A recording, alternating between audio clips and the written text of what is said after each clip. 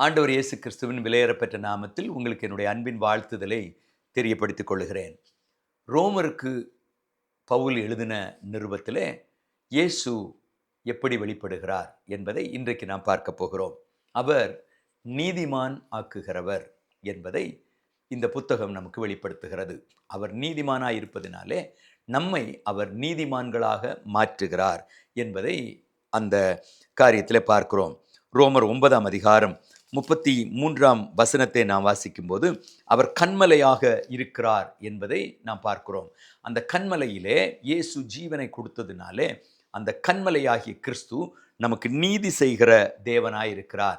நீதி செய்கிற தேவன் அது மட்டுமல்ல, ரோமர் 11:26 அவர் விடுவிக்கிற தேவனாக இருக்கிறார். எப்படி விடுவிக்கிறார்? நீதி செய்து விடுவிக்கிறார். நீதி கிடைக்காமல் பலர் அடிமைப்பட்டிருக்கிறார்கள். உலகத்தில் நீதி இல்லாததுனாலே ஜனங்கள் அடிமைப்பட்டிருக்கிறார்கள். பாவத்துக்கு அடிமையாக இருக்கலாம், மனிதர்களுக்கு அடிமையாக இருக்கலாம், பிசாசுக்கு அடிமையாக இருக்கலாம்.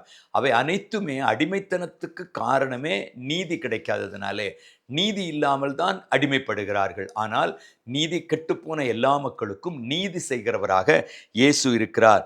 நம்மையே அவர் நீதிமான்களாக மாற்றுகிறார். அவர் மரித்தோருக்கும் ஜீவனுள்ளோருக்கும் அவர் ஆண்டவராயிருந்து நீதி செய்கிற தேவனாயிருக்கிறார். விசுவாசத்தால் நீதிமான் பிழைப்பான் என்பதுதான் ரோமர் நிருபத்தினுடைய அடிப்படையான வார்த்தை. நீதிமானாக மாற்றுவது யார்? கிறிஸ்து தான் மாற்றுகிறார்.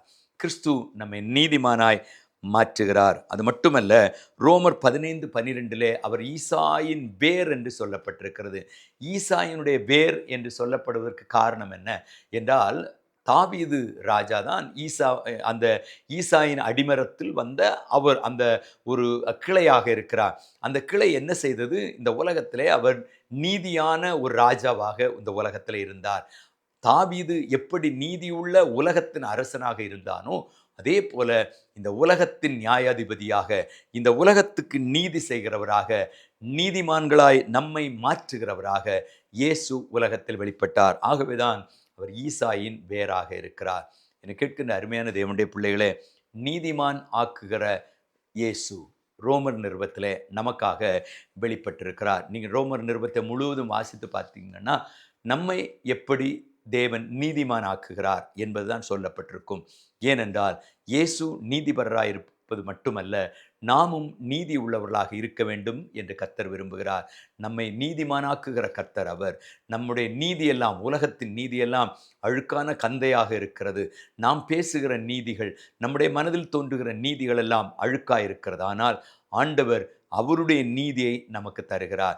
அவருடைய வழியிலே நம்மை நீதிமான்களாய் மாற்றுகிறார். அவருடைய வசனத்தின்படி நம்மை நீதிமான்களாய் மாற்றுகிறார். அவர் நமக்கு கற்றுக் கொடுத்த வார்த்தையின்படி நம்மை நீதிமான்களாய் மாற்றுகிறார். நீதிமானாய் மாறும்போது இந்த உலகத்திலே நாம் நீதி செய்வோம். அது மட்டுமல்ல, நமக்கும் எல்லா காரியங்களிலும் தேவன் நீதி செய்வார். நீதி நமக்கு கிடைப்பதனாலே சமாதானம் நமக்கு உண்டாகும். உலகத்தில் அநேக மக்கள் சமாதானம் இழந்து போவதற்கு காரணம் நீதி கிடைக்காததுனாலே. தாங்கள் எதிர்பார்க்கிற நீதி கிடைக்காத உடனே மனிதர்கள் சமாதானத்தை இழந்து விடுகிறார்கள், சமாதானத்தை இழந்து வேதனைப்படுகிறார்கள். ஆனால் ஆண்டவர் இயேசு கிறிஸ்து நமக்கு நீதிமானாயிருந்து நீதி செய்கிறவர். நீதி செய்வதனாலே நாம் சமாதானத்தை அடைகிறோம். நம்மையும் அவர் நீதிமான்களாய் மாற்றுகிறார். ரோமர் நிருபத்தை நீங்கள் முழுவதும் வாசித்து பார்த்தீங்கன்னா, நம்மை அவர் நீதிமானாய் மாற்றுகிறார்.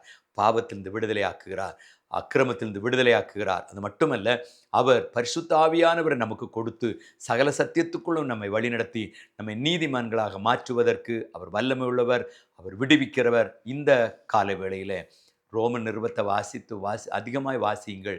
பல நேரத்தில் ரோமன் நிருபம் கொஞ்சம் கஷ்டமாக இருக்கிறது போல இருக்கும். ஆழமாக நீங்கள் வாசித்தால் அங்கே தேவனுடைய நீதி அங்கே வெளிப்படும். நீதிமான் யார் என்பது வெளிப்படும். நாம் நீதிமான்களாய் எப்படி வாழலாம் என்பது வெளிப்படும். நாம் நீதிமான்களாக மாறுவோம்.